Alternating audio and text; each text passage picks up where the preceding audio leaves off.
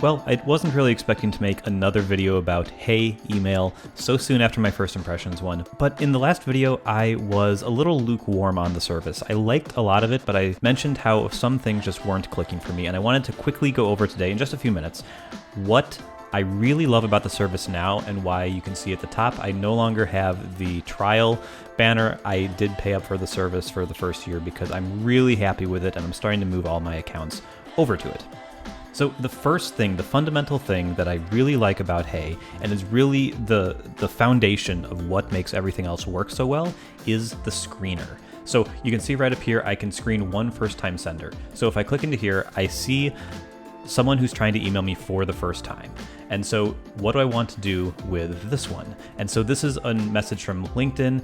It's not a super high priority one to me, so I don't want it to go into my inbox necessarily. And I don't want to block it. I don't want to be totally blocked from seeing anything from LinkedIn messages. So what I want to do is hit this and say the feed. And now that email is always going to go to the feed, and it's a lower priority thing. It's a thing I don't need to worry about as much.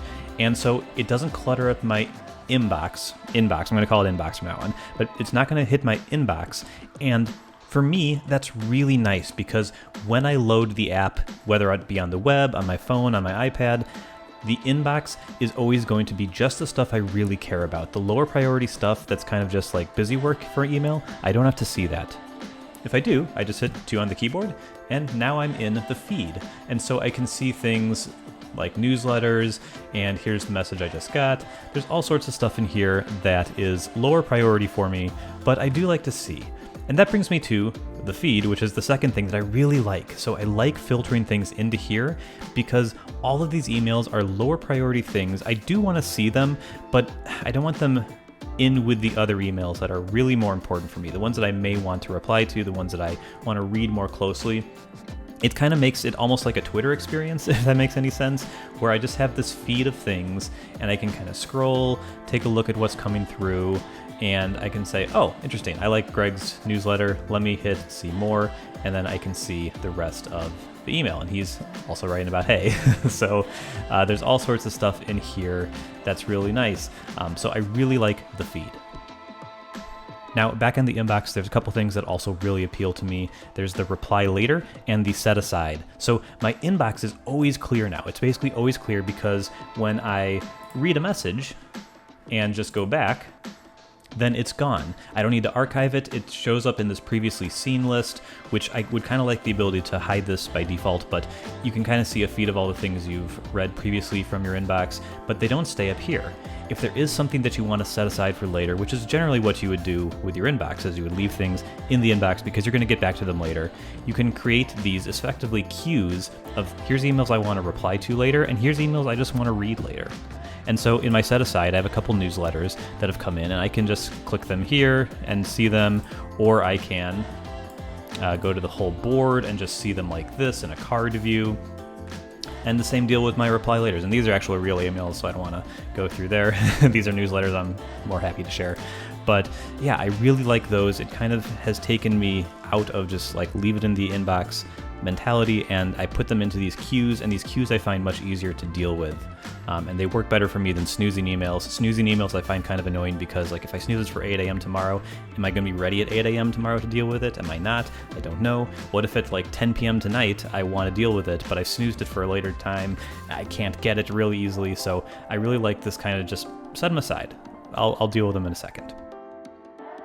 And then there's the paper trail. I'm not going to go to it because I have some actual transactions in there that I don't necessarily want to share. But basically, I really like the way that from anywhere, and I'll kind of fake it here. Let's do my own newsletter. I can just hit P from here, and that moved it to the paper trail. So that's really, really nice that you can easily move individual emails. So if you have something that's kind of going into your inbox and then you get a receipt from them or something, then you can easily read it in your inbox and then hit P on your keyboard, move it to the paper trail, and it's in the paper trail from then on. So that's really nice. It's kind of, it obviously could be done with Gmail or some other service by labeling it, something like that.